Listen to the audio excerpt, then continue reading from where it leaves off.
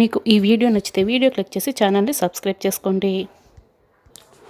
కేదార్ ఇంటికి మేఘన బామ్మ ఇద్దరు కూడా వస్తారు. ఎవరు మీరు, ఎవరి కోసం వచ్చారు అని వైజయంతి మేఘన్ని అడుగుతుంది. మేము కేదార్ని కలవటానికి వచ్చాము అని మేఘన అంటుంది. అవునా, అయితే కూర్చోండి, నేను వెళ్ళి పిలుచుకొస్తాను అని వైజయంతి వాళ్ళని సోఫాలో కూర్చోబెడుతుంది. ధాత్రి కేదార్ అయితే వాషింగ్ మిషన్లో బట్టలు వేస్తూ ఉంటారు. అప్పుడే వైజయంతి, ఇదిగో కేదారు, నీకోసం ఎవరో వచ్చారు, నీతో మాట్లాడాలంట అని చెప్తూ ఉంటుంది. అవునా, నా కోసమా అని కేదార్ షాక్ అయి అడుగుతూ ఉంటాడు. ఎవరై ఉంటారు అని ధాత్రి కేదార్ అనుకుంటుండగా వెళ్ళి చూద్దాం పద అని కేదార్ హాల్లోకి వస్తాడు. వెంటనే మేఘన్ కేదార్ని చూసి ఎలా ఉంది సర్ప్రైజ్ అని కేదార్తో మాట్లాడుతూ ఉంటుంది. వెనకాల వచ్చిన ధాత్రిని చూస్తుంది. ఒకసారిగా ఇక ఏం మాట్లాడదు, అలాగే షాక్ అయ్యి ధాత్రి వైపే చూస్తూ ఉంటుంది.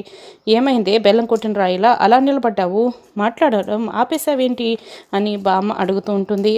అప్పుడే మేఘన ధాత్రి వైపు చూపిస్తుంది. అయ్యో ఇదేంటి, ఎందుకు వచ్చారు అని ధాత్రి కేదార్ని సైగ చేసి అడుగుతూ ఉంటుంది.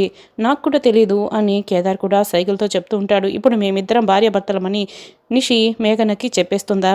మేమిద్దరం అండర్ కవర్ కాప్స్మని మేఘన నిషి వాళ్ళకి నిజం చెప్పేస్తే ఇన్ని రోజులు దాచిపెడుతున్న ఈ నిజం బట్టబయలైపోతుందే.